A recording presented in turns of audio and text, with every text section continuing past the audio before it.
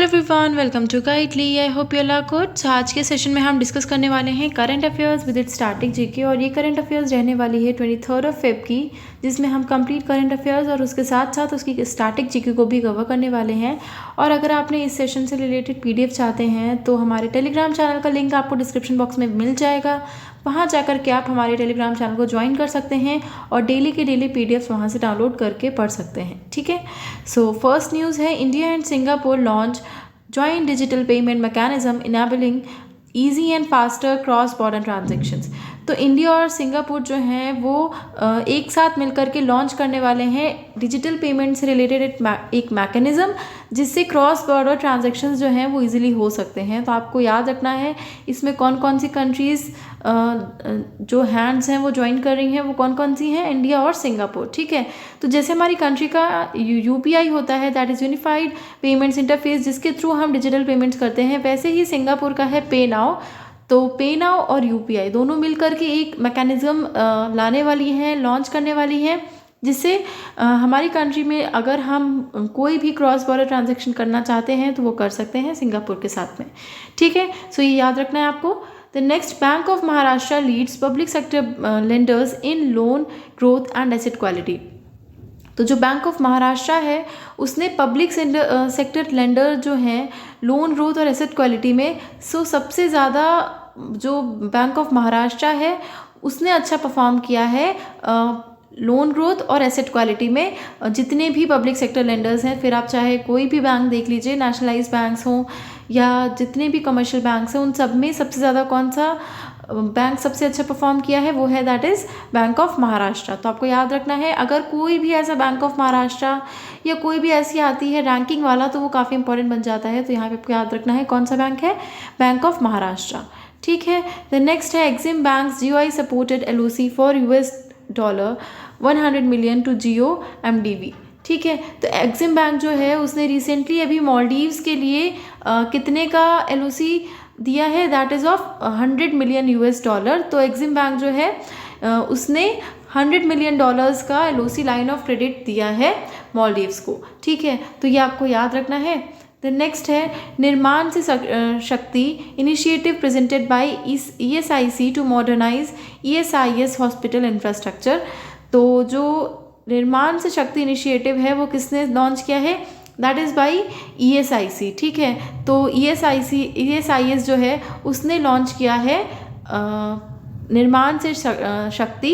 तो ये स्कीम है ESIC। सो ESIC क्या है, the employees state insurance scheme जो है, इंश्योरेंस कंपनी जो है उसने लॉन्च किया है निर्माण से शक्ति। तो आपको याद रखना है किसने लॉन्च किया है, ESIC ने लॉन्च किया है निर्माण से शक्ति। द नेक्स्ट है, panel led by cabinet Rajiv Gauba to oversee mission Karmayogi program. तो मिशन कर्मयोगी प्रोग्राम जो है वो कौन हेड करने वाले हैं, राजीव गौबा हेड करने वाले हैं। तो CEO हैं कर्मयोगी भारत, जो एक इनिशिएटिव है उसको हेड करने वाले हैं राजीव गौबा, जो कि हैं कैबिनेट सेक्रेटरी हैं। एंड ये जो मीटिंग होने वाली है, ये जो पूरा पैनल होने वाला है, वो कितने लोगों का होगा, 12 मेंबर्स का पैनल होने वाला है। ठीक है। तो आपको याद रखना है कि जो भी मिशन कर्मयोगी प्रोग्राम है उसके लिए एक पैनल बनाया गया है जिसको हेड कर रहे हैं राजीव गौबा, जो कि कैबिनेट सेक्रेटरी हैं। और इस पैनल में कितने मेंबर्स होने वाले हैं, so that would be 12 member panel. The next is, जादुई पिटारा education minister launches learning teaching material for foundational years. तो 3 से 8 साल के बच्चों के लिए लॉन्च किया गया है जादुई पिटारा। और ये किन्होंने लॉन्च किया है, एजुकेशन मिनिस्टर ने लॉन्च किया है। और वो कौन है, धर्मेंद्र प्रधान, उन्होंने लॉन्च किया है जादुई पिटारा, जिसका मोटो है लर्निंग थ्रू प्ले। खेल से हम किस तरह से सीख सकते हैं, उसके तहत ये लॉन्च किया गया है जादुई पिटारा, जो कि लॉन्च किया है हमारी कंट्री के एजुकेशन मिनिस्टर जो कि हैं धर्मेंद्र प्रधान। और कहाँ पे किया गया है, न्यू दिल्ली में किया गया है अंडर नेशनल एजुकेशन पॉलिसी 2020। ठीक है। The next, Shri Nitin Gadkari lays foundation stone of the world's largest and unique दिव्यांग पार्क। तो दिव्यांग पार्क जो है उसकी फाउंडेशन किसने ले करी है, श्री नितिन गडकरी जी ने ले करी है। और कहाँ पे करी है, नागपुर महाराष्ट्र में करी है। तो आपको याद रखना है, कंट्री का सबसे लार्जेस्ट और यूनिक दिव्यांग पार्क जो है वो किन्होंने, उसकी फाउंडेशन के लिए किन्होंने इनॉग्रेशन किया है, नितिन गडकरी जो हैं उन्होंने किया है। तो वो जो है वो ministry of social justice and empowerment minister हैं, और उन्होंने ही दिव्यांग पार्क, जो कि अनुभूति इंक्लूसिव पार्क भी कहा जाता है, वो हमारी कंट्री का वर्ल्ड्स लार्जेस्ट दिव्यांग पार्क है, जिसका फाउंडेशन कहाँ पे रखी गई है, नागपुर महाराष्ट्र में रखी गई है, जो कि रखी है ministry of road transport highway, जो कि है नितिन गडकरी जी। ठीक है, द नेक्स्ट है government panel to assess impact of higher temperatures on wheat crop. तो गवर्नमेंट जो है उसने बताया है, एक पैनल ऑर्गेनाइज कराई गई है जिसमें बताया गया है किस तरह से बढ़ता हुआ टेम्परेचर हमारी व्हीट क्रॉप के लिए हार्मफुल है। सो उसी के इम्पैक्ट को कम करने के लिए, उसी के इम्पैक्ट को स्टडी करने के लिए और किस तरह से हम उस पर वर्क कर सकते हैं, उसके लिए गवर्नमेंट ने एक पैनल ऑर्गेनाइज किया है। ठीक है, तो ये आपको याद रखना है कि गवर्नमेंट ने अभी रिसेंटली एक पैनल ऑर्गेनाइज कराया गया है, किसके recording, higher temperatures on wheat crop. ठीक है, द नेक्स्ट है UAE to host first I2U2 vice ministerial meeting in Abu Dhabi. So जो यूएई है वो होस्ट करने वाला है पहला I2U2 जो कि वाइस मिनिस्ट्रियल मीटिंग होने वाली है आबू धाबी में। और कहाँ होने वाली है, आबू धाबी में होने वाली है। ठीक है, सो ये आपको याद रखना है। तो ये जो फर्स्ट वाइस मिनिस्ट्रियल मीटिंग होने वाली है वो किनके द्वारा अनाउंस की गई है, president Joe Biden, Israeli prime minister Lapid, UAE president Mohammed bin Zayed Al Nahyan and Indian prime minister Narendra Modi. तो आपको ये याद रखना है कि कौन कौन सी कंट्रीज़ हैं। I2U2 का मतलब ही यही है इंडिया, इजराइल और यूएई। ठीक है, तो ये आपको याद रखना है, इंडिया, इजराइल, यूएई जो है और यूएस, इन चार कंट्रीज़ की मीटिंग होने वाली है, वाइस मिनिस्ट्रियल मीटिंग।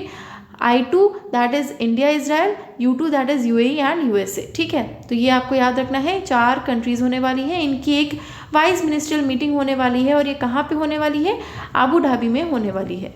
ठीक है, द नेक्स्ट है Odisha launch India's first AI chatbot that is Amakrushi AI for farmers.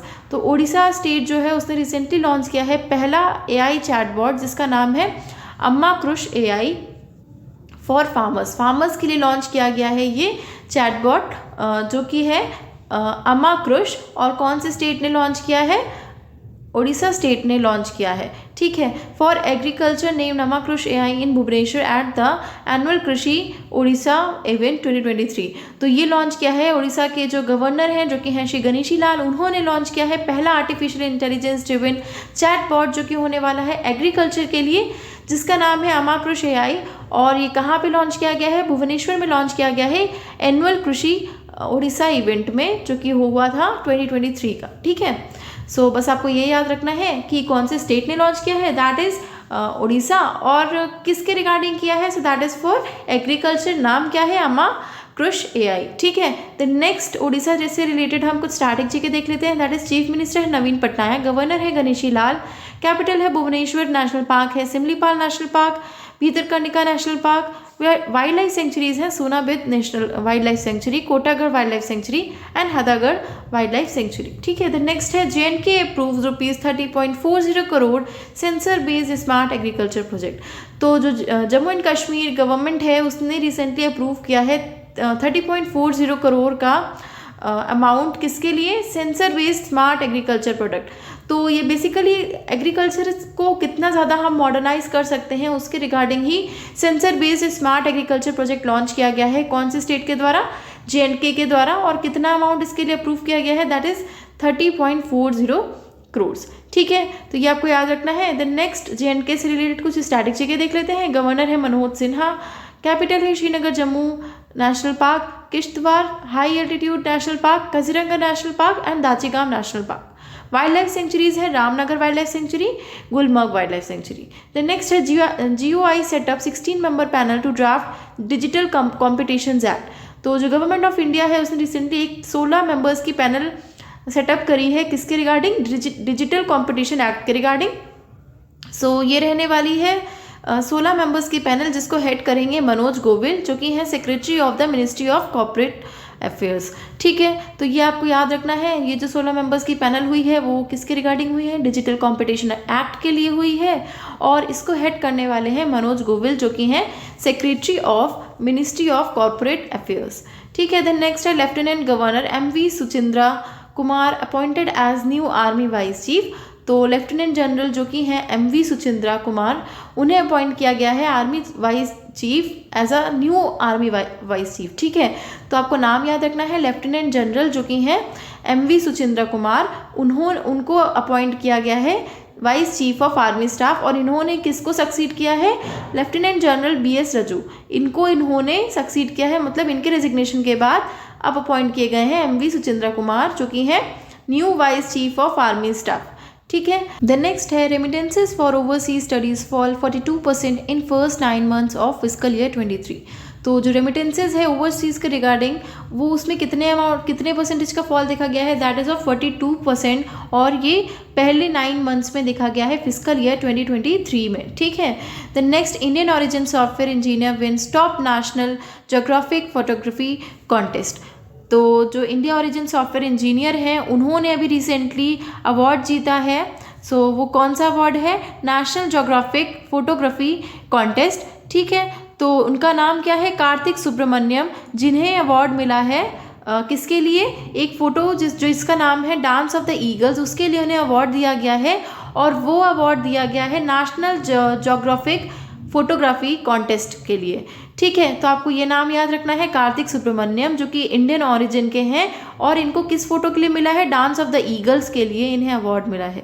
ठीक है, द नेक्स्ट है India and Fiji science MOU on visa exemptions for holders of diplomatic and official passports. तो ये हम already discuss कर चुके हैं। इंडिया और फिजी ने अभी रिसेंटली एक MOU साइन किया है वीज़ा एग्जम्पशन के रिगार्डिंग उन होल्डर्स के लिए जो कि डिप्लोमेटिक या ऑफिशियल पासपोर्ट होल्डर्स हैं ऑलरेडी। ठीक है, तो वीज़ा एग्जम्पशन के रिगार्डिंग एक MOU साइन हुआ है इंडिया और फिजी के बीच में।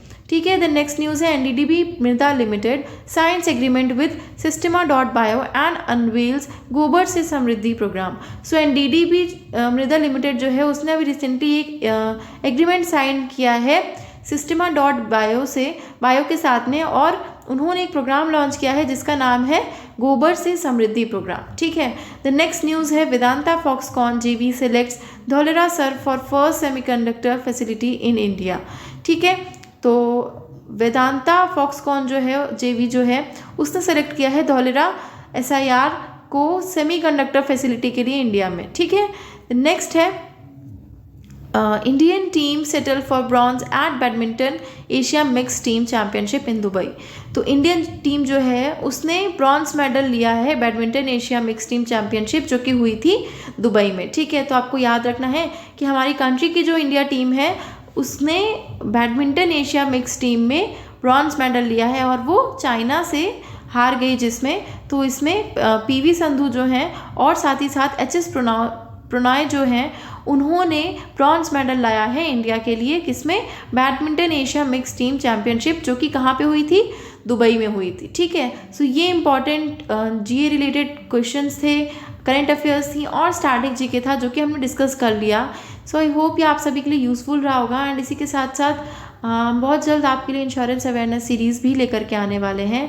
बाकी आपके कोई भी आइडियाज़ होते हैं, सो कमेंट सेक्शन में ज़रूर बताया करिए, तो हम आने वाले सेशंस में ज़रूर लेकर के आएंगे। सो अगर ये सेशन अच्छा लगा है, then do like it, share it with your friends, and don't forget to subscribe the channel and hit the bell icon. Thank you so much.